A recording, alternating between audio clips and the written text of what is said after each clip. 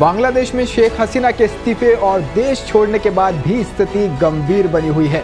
प्रदर्शनकारियों ने सड़कों पर आतंक मचा रखा है क्योंकि पुलिस और सेना का कोई भी जवान उन्हें रोकने में नाकाम साबित हो रहा है।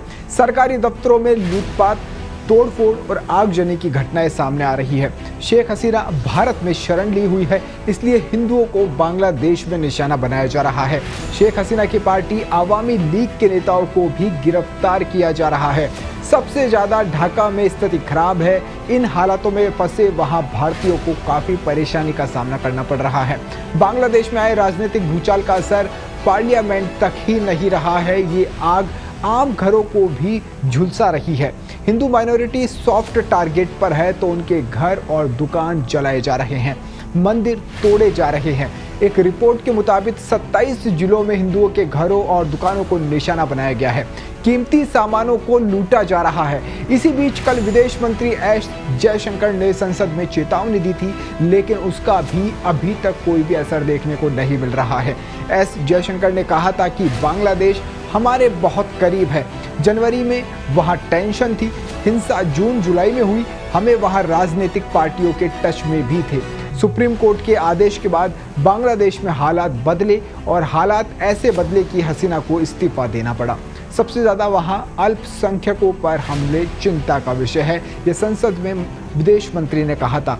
हम भारतीय कम्युनिटी के टच में हैं, कई स्टूडेंट्स लौटे हैं और हमारा दूतावास भी सक्रिय है। हमें आशा है कि वहाँ की सरकार हमारे नागरिकों को सुरक्षा मुहैया करवाएगी और वहाँ की जो एजेंसियाँ हैं उनको भी विदेश मंत्री ने कहा था कि उनको सुरक्षा प्रोवाइड कराई जाए।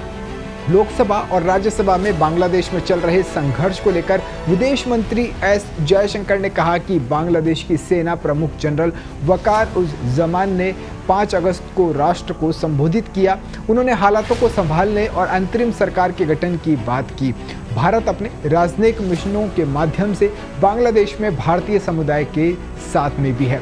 भारत अल्पसंख्यकों की स्थिति के संबंध में किसी भी स्थिति की निगरानी कर रहा है।